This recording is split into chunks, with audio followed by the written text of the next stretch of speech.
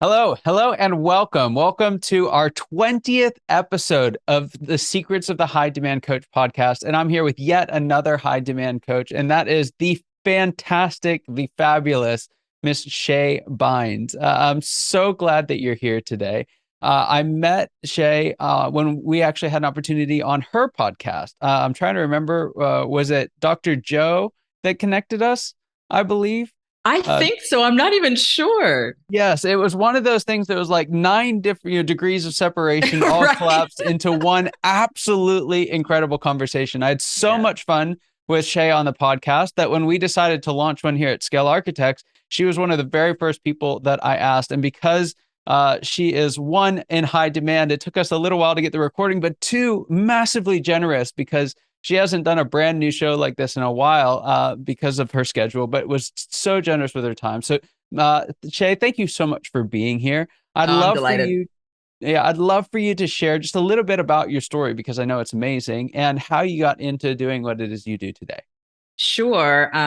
Pretty wild how I ended up doing what I do now because it was never really in my intent. My background was in technology. I was a software engineer and then a project manager back in my corporate days. But I had what some who are listening will really relate to this, but I had what I would call a very divine interruption in my life where I really felt like God was calling me out of corporate career. And so I left having been, a real estate investor, business owner on the side, but doing this corporate career. And I left, and that was, gosh, I was in 2010. And after doing that, I started to do a little bit of consulting in the real estate investing space. But then I had another divine interruption in my life 2 years later that led to the work that I do now, which is kingdom driven entrepreneur. So we're working with believers all over the globe, Christ followers who desire to do business in partnership with Mm, God. And for some, that's an odd concept, but it's a beautiful one. And it's been the work of the last decade. We'll be 10 years old in wow. just a couple of months. And so it has been such a delightful, I call it the wild and crazy and amazing adventure with God. And that's what it's been. So I never imagined my right now, but it's been really a blessing. It really has. That's fantastic. And so tell us a little bit about it. What would you say some of the most important work that you do at Kingdom Driven Entrepreneur? Yeah. So everything kind of falls into inspire, teach, mentor, and advise. So on the inspire side, we do that through the stories. That's through the podcast, through media to show people this is what it's like. This is what's possible when you do Mm, business with God. So that's the inspire side. Teach, we do that through a variety of just kind of self-paced courses. Mentoring, which is one of my favorite parts, through our Igniters mentoring community, as well as a community that I directly mentor, which is called Kingdom Catalyst. And then the advisement side is actually relatively new in Kingdom Driven Entrepreneur. We started the advising side a little over a year ago, and that's when we come, alongside, one on one with business owners and really advise them. Some of the ones who've been more seasoned and they really feel like God's called them to a much larger vision. There's some things they're needing to pivot. There's some things they're looking to grow and expand, and they really want some wise advice and counsel as they walk that out. And so that's kind of the landscape of what we do from the inspire, teach, mentor, and advise. yeah, that's fascinating. Now you bring up a point, and that is this idea of coaching and advising for folks who are arguably massively successful, right? And it's actually through that success that they've created new opportunities. But the thing that never ceases to amaze me, and I would even say fascinate me, is this idea that each time we achieve something, it unlocks another opportunity, which leaves us basically completely out of our depth all over again. All over again. Right, right. That's what So that's I call that going from glory to glory. yeah, yes. That's the most optimistic way I've heard that described. I love it. I love it. Now, what I'd like to do though is drill in on what are some of the challenges that, again, these very successful leaders are facing that you tend to tackle head on with them. Yeah, well, just as a point of clarification, we serve people all the way from the beginning of their aspiring business Mm, owners all the way through seasoned. So even though the advising is for the season, but we're working with a right. variety of people who are in startup phase all the way through really seasoned. But some of the, but if you want me to only deal with the more seasoned ones for this, Let's actually play around with that a little bit because I okay. really like one of the things that that I think a lot of folks in our profession do wrong is this kind of one size fits all, right? I'm a coach, and then they either like I can coach you with anything, or I do this one specific thing that's supposed to work for everybody. And Yes. I don't think either of those extremes are really the right way to go. And so I love the idea that you're recognizing there's these different stages and you're offering different things along the way. So how Yes. about if we could just kind of quickly highlight what maybe the biggest challenge that you're facing in kind of the early startup or Yeah. pre-startup mode, and then some of the ways that you help, and then let's just kind of do that for each of the Sure. Yeah, stages. absolutely. So when you think about the aspiring, the one who's about to start or just started, a lot of times it is a matter of having the faith to begin because Mm, there's so many questions. They have more questions than answers. And it is a faith journey. We're saying you don't have all the answers, and that's okay. That's mm, literally what faith is. It's taking a step without being able to see all the steps that are coming ahead. And so for beginners, it's all about momentum. It's yeah, like taking one step after the other based off of what you can see, based off of what you can understand, based off of, what's been on your heart, what's been on your mind concerning this. What step can you take now? And right. just knowing that you can trust while you do the walk because there's Yeah, going to be course corrections, additional information that comes as you go. But that's if so you're good. sitting stagnated, you're not providing anything for there to be feedback and Yeah, insight and course correction along the way as long as you're standing still. yep, So a lot of times that focus for the brand new one who's kind of like pre-revenue or pre-profit or they haven't started yet is just helping them to grow in the confidence to build momentum. The yeah. biggest problem, thinking that you need to know way more than you actually It's need to so know. true. It's so, Yes. so true. I've told folks on more than one occasion, it's a lot easier to turn a moving ship. That's right. It's you get stuck standing still, and it's just the worst possible one. So, okay, excellent. I love that, and I couldn't agree more.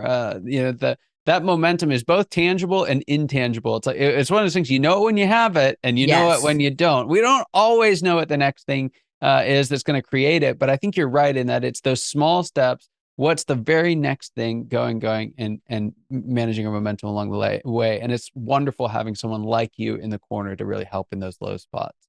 All right, Yeah. so how would you describe the next stage? So your next stage is someone who's maybe they've been at it a while. I won't put a time frame on it, but they've been on it a while. They're generating revenue, but Hmm. now it's like, okay, I'm doing okay. This business isn't big enough to sustain my family yet, but I'm doing okay, and I'm looking to grow. And they actually Hmm. have information and insight in which to make it. But a lot of times, the challenge at this stage is that the thing that you see and the stages that you feel like you need to make, you feel like I don't have the resources fully yet to do the things that I Right. feel like I need to do. And so, how do we navigate that? It's funny because each of these stages requires faith, like every single one of these phases. So then it becomes the conversation around that is like, okay, so you may see a vision of the future, you may see what needs to come, but what steps can you take toward that now, even if it's a smaller step? I'll give you an example when it comes to hiring.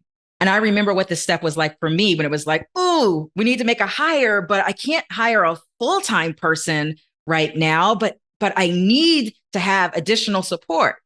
And so what it looked like was, well, how can I take a step in faith towards this? Well, you know what? I can start with someone with way less hours.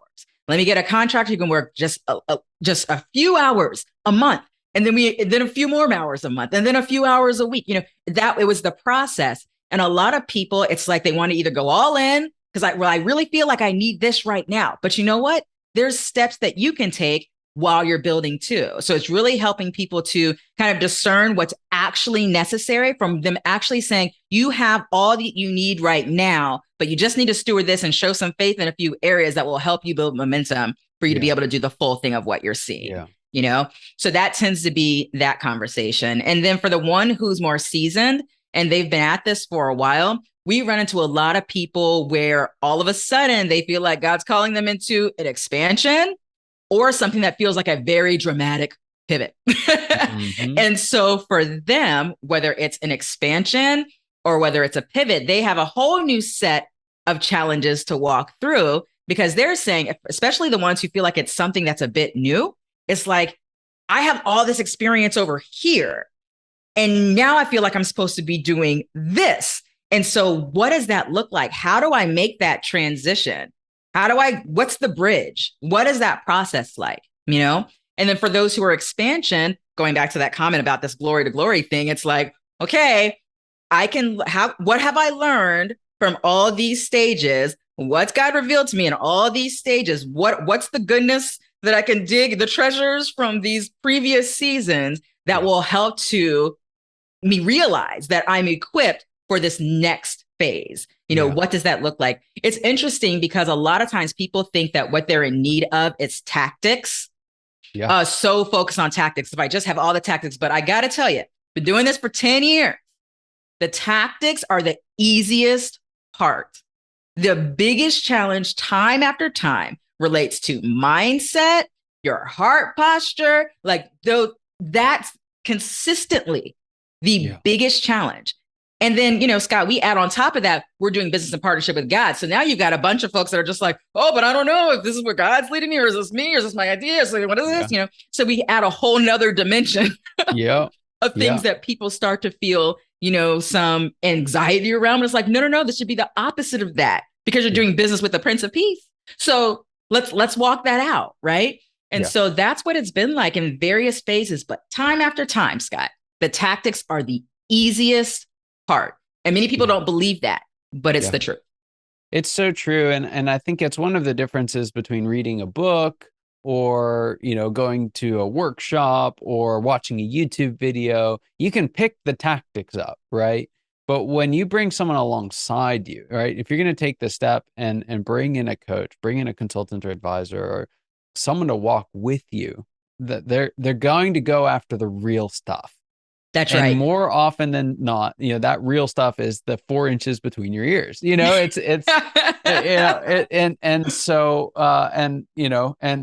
your heart. You can't take that out of it. But it's in here when we're constantly looking to change things out there. Yes. And we're looking for solutions out there.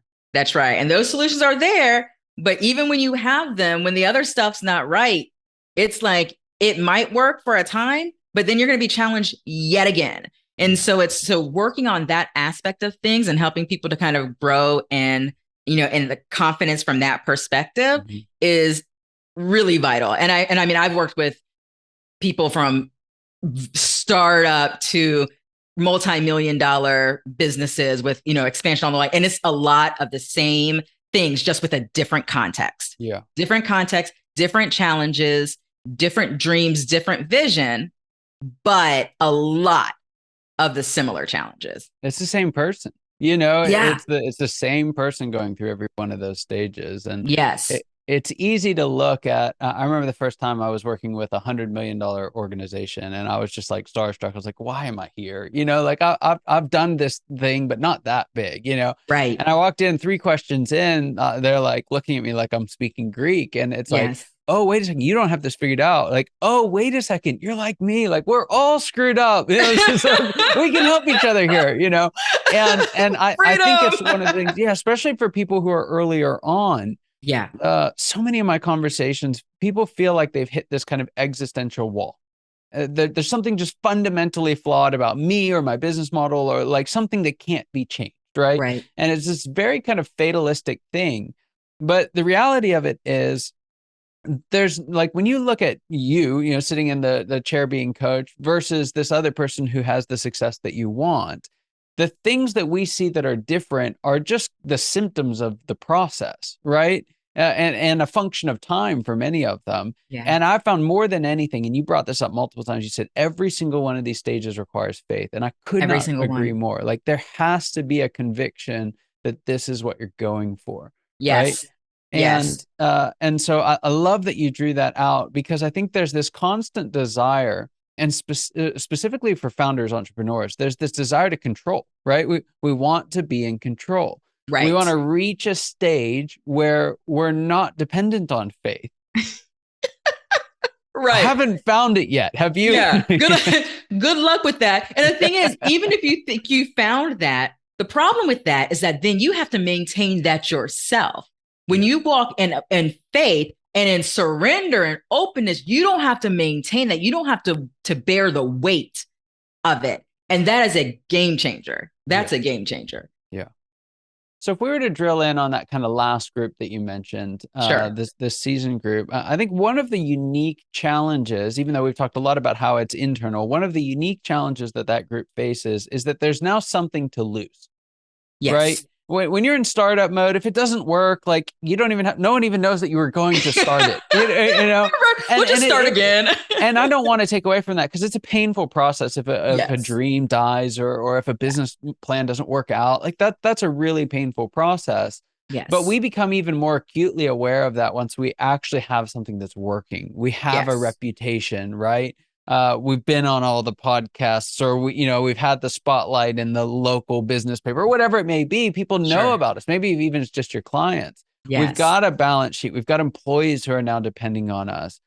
And for all intents and purposes, we can keep doing what we're doing and everyone will be pretty comfortable. But then you get this, thing inside, this call, right, to expand or to pivot. And it doesn't seem like it should be, but I think it's almost more scary than the first call to start. Yeah, I think that's probably true for a lot of people because of the circumstances in which you mentioned, which is that there's already something here that's established, so what is this going to look like? It's all what are they going to think? What if this happens? What if this whole thing falls apart because I do this part or, that type of thing, which is again, why it's like faith. But what's cool about it, about these stages though, is that this is why I believe it's so important to track your history. Mm. Because when you track your history, then you realize it's like, no, like, even though this looks new, I'm not the same, right? Everything's, it's like there's all these things that have been built upon from each stage along the way. And all of that is valuable, has equipped you, has given you experience, has given you gumption, has given you whatever the things that it's needed to take that next step. But one of the things that I think is super freeing for people, I say this all the time, it's like God is a source, everyone and everything else is a resource. So if you keep that perspective, I know people listening might have different faith backgrounds or whatever, but if you believe in someone higher than yourself, then it's like that. If you say, this is my source, and not only my source, but the source of those who are working for me, the source of the people who are customers, potential customers, the source.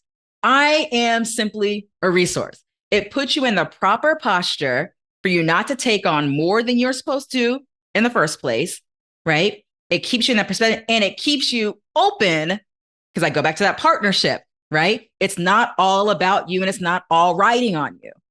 And I think that's an important thing for people to understand. It's also a freeing thing to understand. Yeah. That's why I wrote this book, Grace Over Grind, right?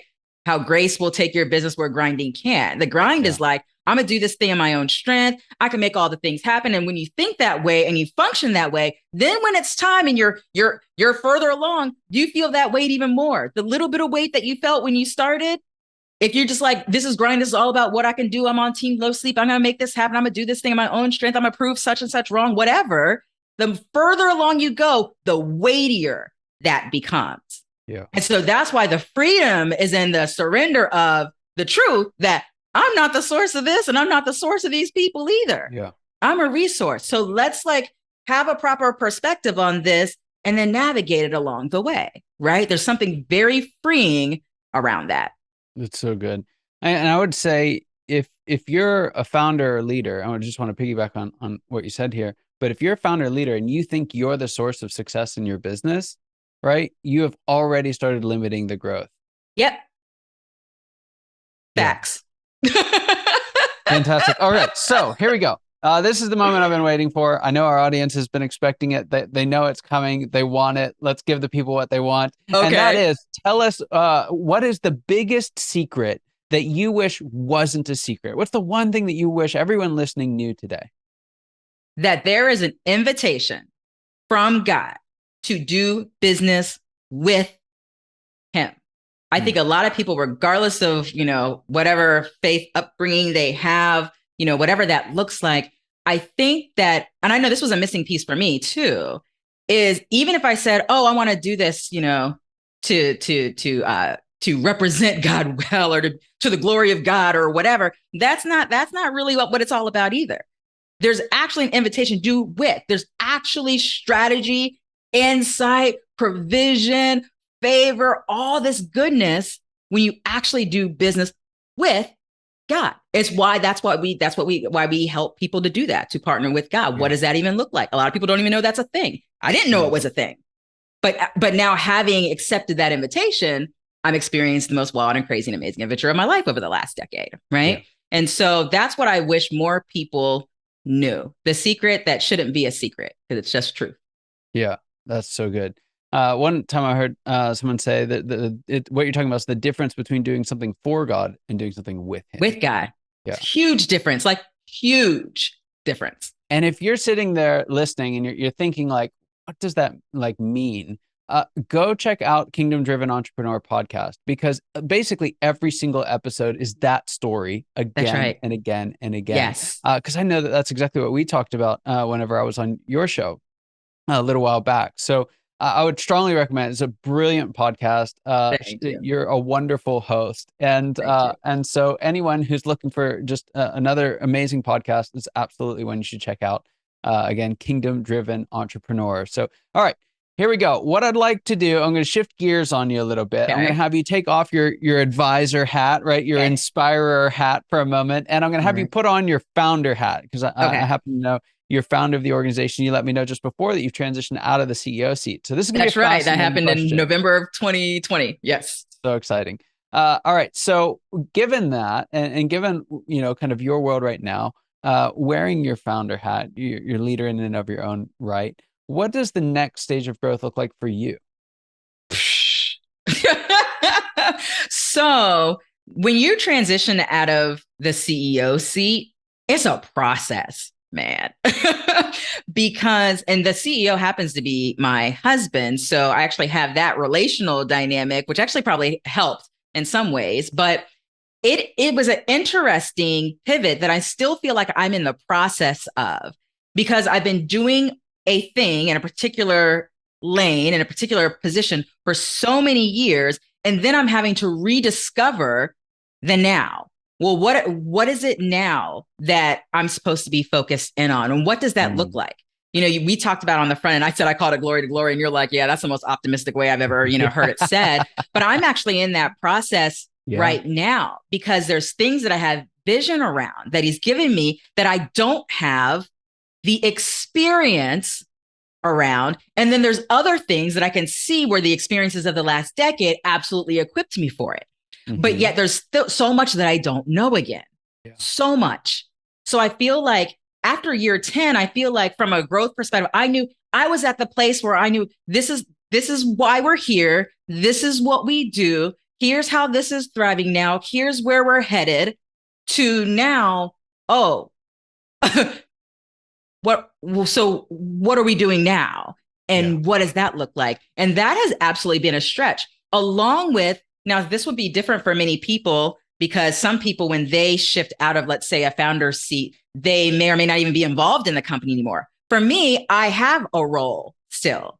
And figuring out how to navigate that has been a several month process of how do you release as much as you need to release, but be as present as you need to be in the position that you need to be walking in right now, while simultaneously doing the things that are the new things that God's called you into, right? Yeah. And so that is my current stretch. It has been my stretch since for the last year and a half, and it continues to be my stretch. It really does. But I'm starting to, instead of it feeling like at the end of 2020, it felt like, and then maybe midway of last year, it felt like, okay, I'm starting to figure things out a little bit. And now I'm to the point of I'm excited. I'm at the stage of now I'm excited and in great anticipation for moving into, these next few months into the next year. But it's been a process, Scott. It sure is. There's a model that I use and my team uses. It's called the Founder's Evolution. And it kind of maps these different stages for the individual themselves. Yes. And stage 5 being CEO to stage 6 true owner is that question. And for each of the stages I found there's kind of one defining question. And the defining question that I found for that stage 6 is, who am I? Yes. Yes. because it's you aren't kingdom driven entrepreneur anymore, right? Like Right. I had to figure out, well, who's Shae Bynes showing up? yeah, Like, because yeah, I've been showing up as kingdom driven entrepreneur for so long. yeah, Yeah.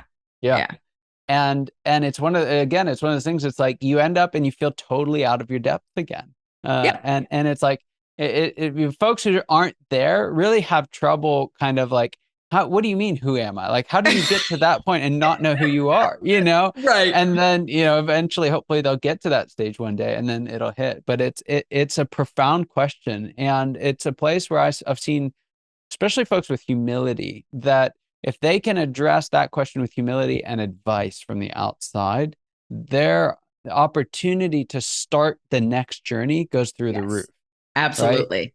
And the Absolutely. alternative is you go and kind of, do the golf course thing or whatever it is, and it's miserable for folks who are wired the way that entrepreneurs are wired. Yeah, no, I'm called to build. It's who Yeah. I am, right? Yeah. So it's like, okay, so then what does that look like next? And then how do I steward that well? Because there's a bunch of stuff again that I'm like, oh, well, I don't have experience in that. But it's like, but I've walked this out for so long now. This like I can going back to that history, tracking the history, that I can be like, okay, well, this is informing this future now. I've gone through this. I've seen your faithfulness in this area. I've seen how we walked this out. Okay, so I'm just going to do it again, you know? And Yeah. it's like, and I could do that knowing who I am, but the assignment has changed, right? It's like, It's so I feel true. very confident in who I am, but because the assignment has changed, and also from a communication perspective, people have to receive me as more than founder of Kingdom Driven Entrepreneur. What does that look like? How do I express that? You Yeah. know? And so that's been part of simple stuff. Like if I'm doing an interview like the one with you right now, do I send them to kingdomdrivenentrepreneur.com? Do I send them to shaebynes.com? Like literally, like those are the types of things that I have Yes. to, navigate. I really do. Well, I'm going to put you on the spot because that's my next question. So, I know some of Speaking our of which, listeners, it hit them square between the shoulders, it hit them right in the chest, and they're saying, yes, like I do want to step out in faith. I do want to do this work with God. yeah, I am the source of my business, and I don't want to be that, or at least I feel that way. So, right. what URL did they go to? I'm going to recommend that they go to kingdomdrivenentrepreneur.com and then /12 questions. There you 12 go. questions, the number 1, 2 questions. The reason why I recommend that is because it is a great resource that's going to get you in that beginning stage of engaging God from a partnership perspective in business. So people are like, what does that look like practically? This is a tool that'll help you to begin, just a step out and practicing something new, as it relates to your business, so that you can realize that you can do business with the actual source and be an effective resource in the process. That's so good.